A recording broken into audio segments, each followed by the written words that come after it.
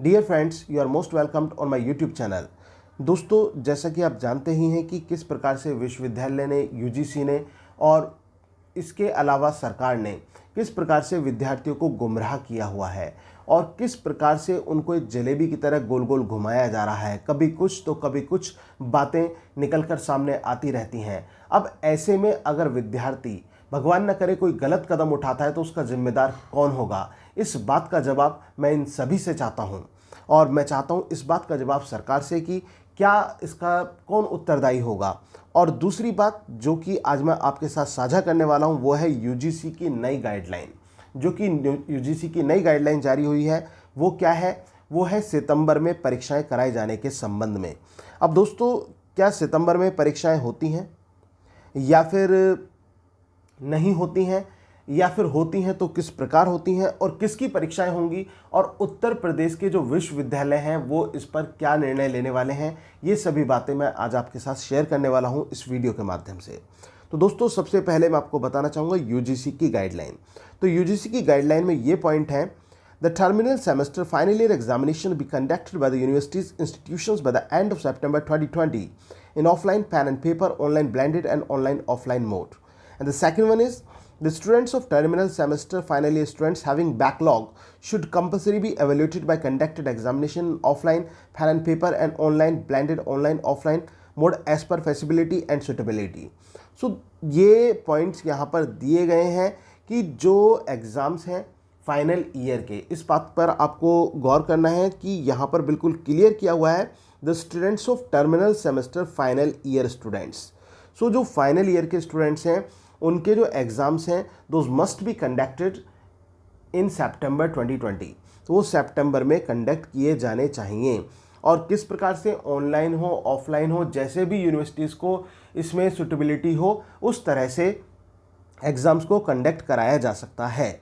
अब यहाँ पर मैंने आपको एक चीज़ क्लियर कर दी है। सबसे पहली बात तो ये फर्स्ट ईयर सेकेंड ईयर वालों के लिए नहीं है, ये फाइनल ईयर स्टूडेंट्स के लिए है कि फाइनल ईयर स्टूडेंट्स के जो एग्ज़ाम्स हैं वो कंडक्ट करा लें सितंबर तक।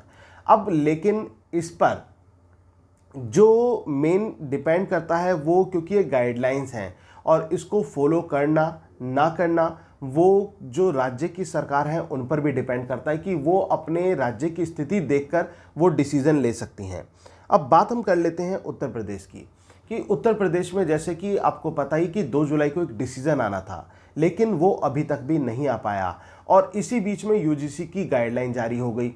अब इसका एक फ़र्क पड़ सकता है, इसका प्रभाव पड़ सकता है उत्तर प्रदेश की सरकार की मंशा पर, क्योंकि मैंने पहले भी अब वहाँ की मंशा पर सवाल उठाए थे सरकार की कि क्यों इतना विलंब हो रहा है। तो बहुत सारे कारण थे जिसके कारण ये देरी हो रही थी, लेकिन अब उनमें से एक कारण और बढ़ गया है और ये बढ़ा है यूजीसी की गाइडलाइन। यहाँ पर काफ़ी लोग इससे सहमत हो जाएंगे और वो ये कहना चाहेंगे कि इसके जब यूजीसी ने जारी कर दिया है गाइडलाइंस तो यहाँ पर एग्ज़ाम्स करा लिए जाएं। और सीसीएस यूनिवर्सिटी की बात करें तो ए.के. तनेजा जी तो शुरू से ही चाहते हैं कि एग्ज़ाम्स को कंडक्ट कराया जाए, लेकिन बीच में जब विद्यार्थियों का दबाव आया था तब उन्होंने अपनी बात की पलटी मारी थी और फिर वो इस फेवर में भी आए कि परीक्षाएं ना कराई जाएं। फिर उन्होंने इस बात को आगे भी बढ़ाया था। अब बात यहाँ पर आती है उत्तर प्रदेश सरकार की।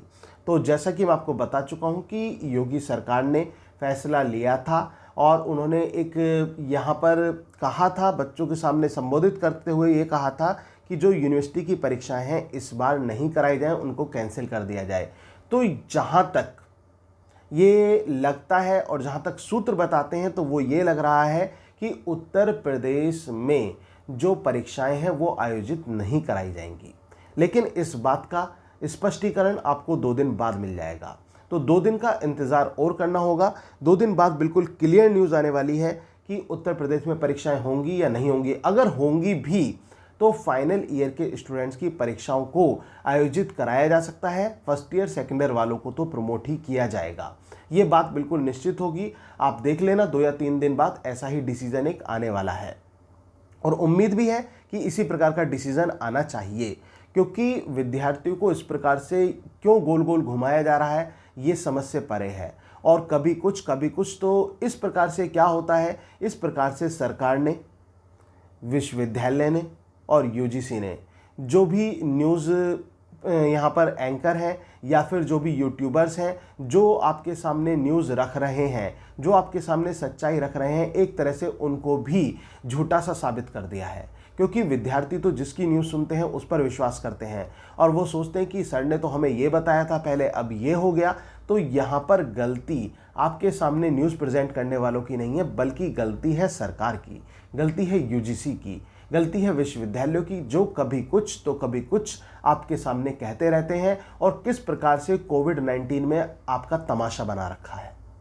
विश्वविद्यालयों ने परीक्षाओं का तमाशा बना रखा है और सरकार ने ये तमाशा बना रखा है। तो अब देखते हैं कि क्या होता है। 2 दिन बाद बिल्कुल निर्णय आ जाएगा कि किस प्रकार से जो परीक्षाएं होंगी। तो परीक्षा के लिए विश्वविद्यालय तैयार हो गए हैं, पर छात्रों को कौन मनाएगा, ये भी आज की मेन हेडलाइन है। तो इसमें मैं थोड़ा सा आपको बता देता हूँ जो मेन पॉइंट है। इसमें सरकार के निर्देश का इंतजार है, राज्य सरकार के निर्देश का इंतजार रहेगा। हम पहले भी तैयार थे, अब भी तैयार हैं। अगर परीक्षा भी करवाते हैं तो छात्रों को संक्रमण से बचाव के हर इंतजाम करेंगे, ये प्रोफेसर विनय कुमार पाठक, कुलपति AKTU ने कहा है।